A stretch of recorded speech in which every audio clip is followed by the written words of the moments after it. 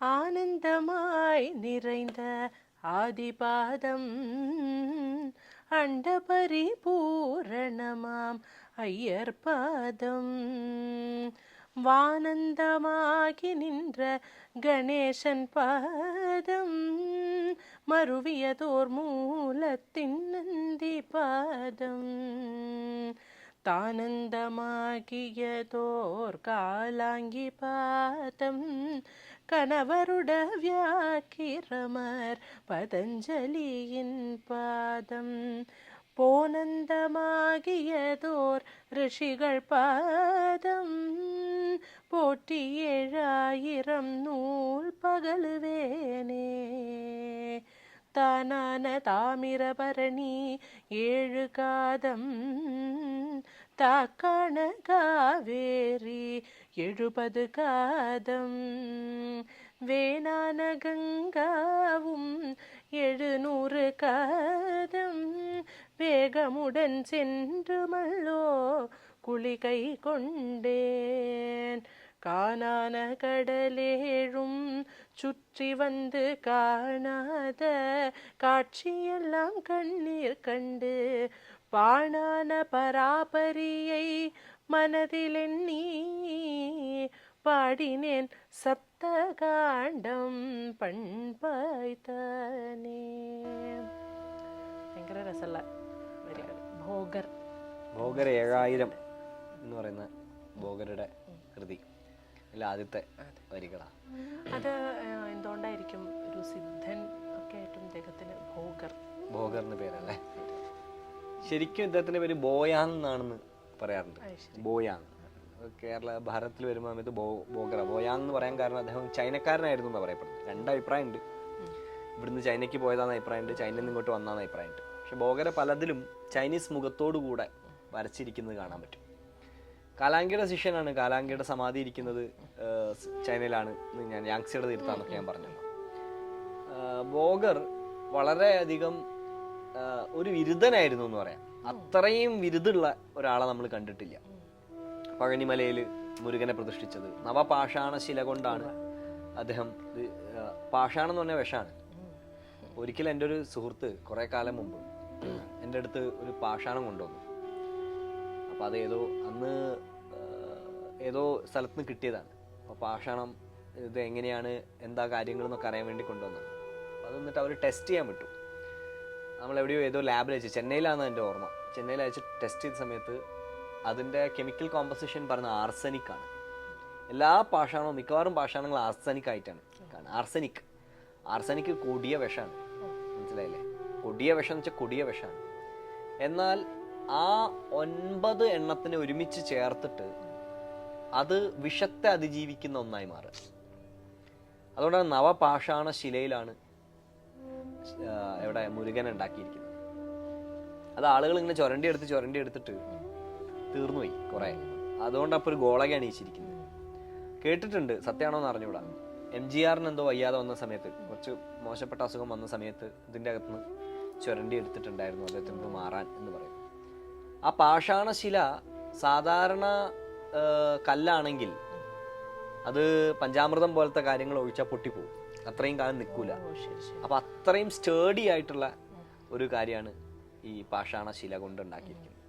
അങ്ങനെ 3 വിഗ്രഹങ്ങൾ അദ്ദേഹം ഉണ്ടാക്കിയിട്ടുണ്ടെന്ന് പറഞ്ഞു.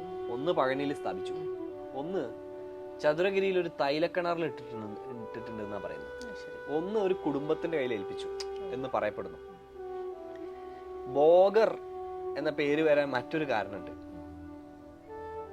അത് ഭോഗർ, ഭോഗം എന്ന് നമ്മൾ പറയില്ലേ, യോഗം ഭോഗം. ഭോഗം എന്ന് പറഞ്ഞാൽ എന്താ? ഭോഗിക്കുക. ഭോഗതൃഷ്ണ വളരെ അധികം ഉള്ള ആളായിരുന്നു അത്രേ ബോഗർ. അപ്പൊ അദ്ദേഹത്തിന്റെ ശിഷ്യന്മാര് ഒരുപാട് ഭോഗതൃഷ്ണ കൂടിയ സമയത്ത് അദ്ദേഹത്തിനോട് ചൈനയിലേക്ക് പോകാൻ പറഞ്ഞു. അപ്പൊ ഇതൊക്കെ വളരെ ഫിഗറേറ്റീവായിട്ട് കാണേണ്ട ചില കാര്യങ്ങളായിരിക്കും കേട്ടോ. അതിന് പല പല അർത്ഥതലങ്ങൾ ഉണ്ടാവും. കേവലം നമ്മൾ കാണുന്ന അർത്ഥത്തിൽ ഭോഗതൃഷ്ണ എന്ന് മനസ്സിലാക്കരുത്. അങ്ങനെ ഒരാളായിരുന്നു ബോഗർ എന്ന് പറയുന്നത്. അദ്ദേഹം ഇൻഡോ ടിബറ്റൻ അതിർത്തിയിൽ എവിടെയോ ഒരു ഗ്ലാസ് കൊണ്ടൊരു, ഗ്ലാസ് എന്ന് വെച്ചാൽ അങ്ങനത്തെ സ്ഫടികം കൊണ്ടൊരു കൊട്ടാരം ഉണ്ടാക്കി. അത്ര കഥയാണ്. ആ കൊട്ടാരത്തിന്റെ പ്രത്യേകത എന്താന്ന് വെച്ചാൽ ആ കൊട്ടാരത്തിൽ പോയാൽ മരിച്ചുപോയ ആളുകളെയൊക്കെ കാണാം. ഒരു മ്യൂസിയം പോലെ. അപ്പോൾ നമ്മളെ ഏറ്റവും വലിയ ആഗ്രഹം എന്താ? ആളുകൾ മരിക്കുമ്പോൾ നമ്മളെ ഏറ്റവും വലിയ വിഷമം ഇനി അവരെ കാണാൻ പറ്റില്ല എന്നുള്ളത് അല്ലേ? അവരെ ഒന്നും കൂടെ കാണാൻ പറ്റുമായിരുന്നെങ്കിൽ എന്ന് നമ്മൾ ആഗ്രഹിക്കാറുണ്ട്. അങ്ങനെ കാണാൻ പറ്റുന്ന ഒരു സ്ഥലം ബോഗർ ഉണ്ടാക്കി എന്ന് പറയുന്നത്. അതിൽ സിദ്ധലോകം വളരെയധികം ദേഷ്യപ്പെട്ടു ബോഗറോട്. അങ്ങനെ ചെയ്യരുത്, അതൊക്കെ പ്രകൃതി നിയമങ്ങൾക്കും പ്രാപഞ്ചിക നിയമങ്ങൾക്കും സനാതന സത്യങ്ങൾക്കും എതിരാണ്, അങ്ങനെ ചെയ്യരുത് എന്ന് പറഞ്ഞിട്ടത് പിന്നെ ബോഗർ ഇല്ലാതെയാക്കിയെന്നും അതിൻ്റെ പേരിൽ ബോഗർക്ക് ചില ശാപങ്ങൾ നേരിട്ടു എന്നൊക്കെ പറയാറുണ്ട്.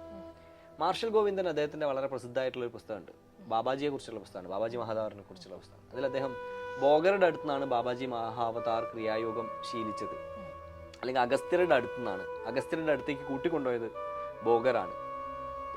ശ്രീലങ്കയിലെ കതിർഗാമ എന്ന് പറയുന്ന സ്ഥലമുണ്ട്, കാർത്തികേയ ഗ്രാമം എന്നാണത്, മുരുകനാണ് അവിടുത്തെ. കാർത്തികേയ ഗ്രാമം കതിർഗാമയിൽ ബോഗർ ഉണ്ടായിരുന്നു. ആ കതിർഗാമയിലേക്ക് കൂട്ടിക്കൊണ്ടുപോയി ബാബാജിയെ, ചെറിയ പറങ്കിപ്പേട്ടയിൽ നിന്ന് കൂട്ടി അവിടെ കൊണ്ടുപോയി. അവിടുന്ന് അഗസ്ത്യൻ ഇനിഷ്യേറ്റ് ചെയ്തു. അതാണ് ഞാൻ ഇന്നലെ സംസാരിച്ചപ്പോൾ വാശി എന്ന് പറയുന്നത്. വാശി തന്നെയാണ് ക്രിയായോഗ എന്ന് പറയുന്നതിൻ്റെ ഒരു റീസൺ അതുകൂടിയാണ്. മാർഷൽ ഗോവിന്ദ് അദ്ദേഹത്തിൻ്റെ പുസ്തകത്തിൽ എഴുതിയിരിക്കുന്ന കാര്യമാണിത്. ഈ കാതിർഗാമയിലേക്കാണ് ശ്രീനാരായണ ഗുരുദേവൻ കേരളത്തിൽ നിന്ന് പോയി കുറച്ചാലും ശ്രീലങ്കയിൽ താമസിച്ചിട്ടുണ്ട്. ഇവിടെ കുറച്ച് പ്രശ്നങ്ങളൊക്കെ ആയപ്പോൾ അദ്ദേഹം ചില അഭിപ്രായ വ്യത്യാസങ്ങളൊക്കെ നേരിട്ട സമയത്ത് അദ്ദേഹം നേരെ കാതിർഗാമയിലേക്കാണ് പോയത്. എന്തിനാ ഈ കാതിർഗാമയിൽ പോകുന്നത്? അത് സിദ്ധരുടെ ഒരു പ്രധാനപ്പെട്ട നാരായണ ഗുരുദേവന്റെ സിദ്ധ പാരമ്പര്യം പറയാൻ പറ്റുന്ന ഏറ്റവും ശക്തമായ ഒരു ഇതുകൂടിയാണ്. അത് ബോഗരുമായി ബന്ധപ്പെട്ടതാണ്. ബോഗരുമായി മറ്റൊരു ബന്ധമുള്ളത് നമ്മുടെ ശിവാനന്ദ പരമഹംസർ എന്ന് പറയപ്പെടുന്ന വടകരയിലെ സിദ്ധാശ്രമം സ്ഥാപിച്ച അദ്ദേഹം സിദ്ധവിദ്യ എന്ന് പറയും, പരാവിദ്യയാണ് സിദ്ധവിദ്യ. പ്രാണന അറിയായിരിക്കും, വടകരയിൽ സിദ്ധാശ്രമം ഉണ്ട്. വസ്ത്രം എടുക്കൂല എന്നുള്ള പേരിലൊക്കെ ആണ് അത് വളരെ പ്രസിദ്ധമായത്. ആളുകൾക്ക് അതിലാണ് താല്പര്യം. എന്താണ് വസ്ത്രം എടുക്കാത്തത് ഇപ്പോൾ വലിയ കാര്യമാണോ? അവരെ സംബന്ധിച്ച് വലിയ കാര്യമില്ല. നമുക്കങ്ങനെ തോന്നും. ഞാനൊരിക്കലും എൻ്റെ ഒരു വർക്കിൻ്റെ ഭാഗമായിട്ട് അവിടെ പോയിട്ട് ഒരു ഇൻ്റർവ്യൂ എടുത്ത സമയത്ത് അവർ പറഞ്ഞു, ആര് വന്നാലും ഇവിടെ ആദ്യം ചോദിക്കുക, നിങ്ങളിവിടെ തുണി എടുക്കാതെ എങ്ങനെയാണ് ജീവിക്കുക? ഞങ്ങളെ സംബന്ധിച്ച് ഒരു വിഷയമല്ല. അവരെ കണ്ടിട്ടുണ്ടാവും. അവർക്ക് സിദ്ധ ക്ലിനിക്കുകളൊക്കെ ഉണ്ട്. വളരെ ഐശ്വര്യമുള്ള ആളുകൾ, നല്ല ആരോഗ്യമുള്ള ആളുകൾ. അവർക്ക് ഒരു ദേവതോപാസനയൊന്നുമില്ല, പ്രാണോപാസന മാത്രമേ ഉള്ളൂ. സിദ്ധവിദ്യ, പ്രാണനെ നടത്തിക്കുക എന്നാ പറയാ ഇതിൻ്റെ ഉള്ളിൽ കൂടെ. ആ വിദ്യ പറഞ്ഞു കൊടുത്ത ശിവാനന്ദ പരമഹംസര് പഴനിയിൽ വെച്ച് ഒരു ഗുഹയ്ക്കടിയിലൂടെ പോയി ബോഗരെ നേരിട്ട് കണ്ടിട്ടുണ്ട് എന്ന് പറയുന്നു. അപ്പോൾ ബോഗരിൽ നിന്നാണ് നേരിട്ട് ആ വിദ്യ.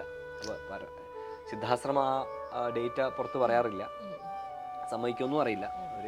എന്നാലും അദ്ദേഹത്തിൻ്റെ ആത്മാതയും മറ്റുള്ള കാര്യങ്ങളൊക്കെ പല ആളുകളും പറഞ്ഞിരിക്കുന്നതെന്നൊക്കെ നമുക്കത് കാണാൻ സാധിക്കും.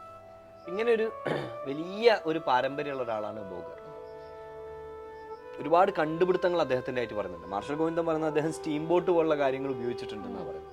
സിദ്ധരെല്ലാവരും സയന്റിസ്റ്റുകളും കൂടിയാണ്. ഉദാഹരണത്തിന് ഇവരാരും വിഗ്രഹാരാധകരല്ല സത്യത്തിൽ.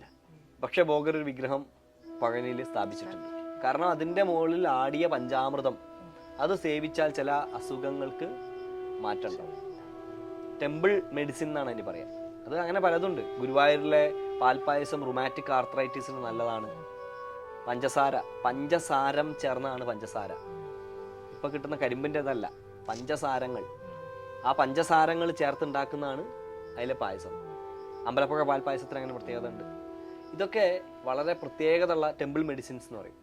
ഇരിങ്ങാലക്കുട ക്ഷേത്രത്തിലെ വഴുതനങ്ങ നിവേദ്യം വയറുവേദനയ്ക്ക് വളരെ പ്രസിദ്ധമാണ്. തിരുവഴ ക്ഷേത്രത്തിലെ കൈവിഷ കാര്യങ്ങളൊക്കെ മാറ്റാൻ വേണ്ടിയുള്ള ഛർദ്ദിക്കൽ, ടോക്സിൻസിനെ ഉള്ളിൽ വന്നു ചേർന്നിട്ടുള്ള ആഗന്തുകങ്ങളായിട്ടുള്ള വിഷങ്ങളെ കളയാൻ വേണ്ടിയുള്ള ടെമ്പിൾ മെഡിസിൻ. അപ്പോൾ സിദ്ധരുടെ ക്ഷേത്ര നിർമ്മാണത്തിലും ക്ഷേത്രത്തിലെ ഇടപെടലിലൊക്കെ ഒരു സയൻസിൻ്റെ ടച്ച് ഉണ്ട്, ഒരു വൈദ്യത്തിൻ്റെ ടച്ച് ഉണ്ട്. അപ്പം നിങ്ങൾ അമ്പലത്തിൽ പോകുന്നു, പ്രാർത്ഥിക്കുന്നു, അതേ സമയത്ത് നിങ്ങൾക്കൊരു ഹെൽത്ത് ബെനിഫിറ്റും കൂടെ ഉണ്ടാകും. എത്ര ശാസ്ത്രീയമായിട്ടാണ് അതിനെ സിദ്ധർ സമീപിച്ചിട്ടുള്ളത്. അങ്ങനെ ഒരു വ്യക്തിത്വമാണ് ബോഗർ. അദ്ദേഹം എല്ലാ സിദ്ധന്മാരെ പോലെ അദ്ദേഹം സമാധിയായി എന്ന് പറയുമെങ്കിൽ പോലും ഇപ്പോഴും ഏത് സമയത്തും വരാവുന്ന രൂപത്തിൽ അവർ കായത്തെ അങ്ങനെ സിദ്ധിപ്പെടുത്തി വെച്ചിട്ടുണ്ട് എന്ന് പറയുന്നു. ക്രിയായോഗ പാരമ്പര്യമൊക്കെ ആയിട്ടൊക്കെ ബന്ധപ്പെട്ട് ധാരാളം കാര്യങ്ങൾ ബോഗരെ കുറിച്ച് പറയാറുണ്ട്. അസാമാന്യമായ ഒരു വ്യക്തിത്വം, പഠിക്കേണ്ടതായിട്ടുള്ളൊരു വ്യക്തിത്വമാണ് ബോഗർ.